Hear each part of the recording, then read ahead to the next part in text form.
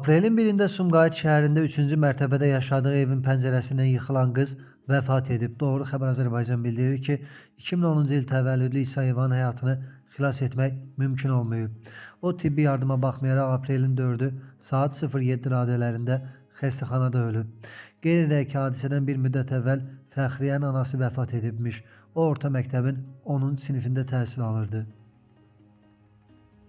Bakıda sürücü sükan arxasında vəfat edib. Hadisə Binəqədi rayonu Biləcəri qəsəbəsində qeydə alınıb.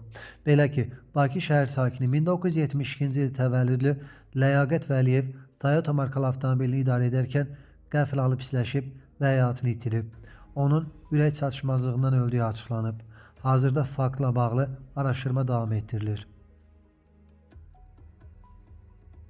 Gəncədə 52 yaşlı kişi bədbəxt hadisənin qurbanı olub. Hadisə şəhərin Natavan qəsəbəsində qeydə alınıb.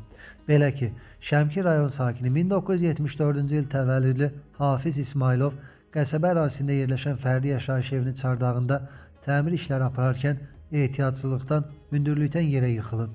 Nəticədə o, aldığı xəsarətlərdən elə hadisə yerinəcə həyatını itirib.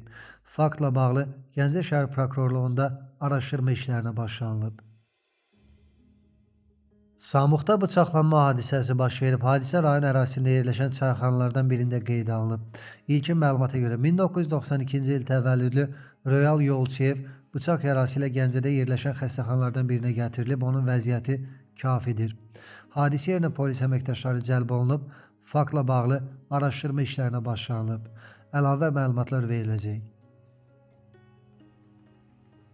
Qida borusunda yemək qalan 64 yaşlı qadın həyatını itirib. Doğru Xəbər Azərbaycan bildirir ki, hadisə aprelin 4-ü saat 20 radələrində Ələt qəsəbəsində baş verib. Belə ki, qida borusunda yemək qalan Aygün Lətif qızı Abbasova yaşadığı evdə dünyasını dəyişib. Faktla bağlı araşdırma aparılır.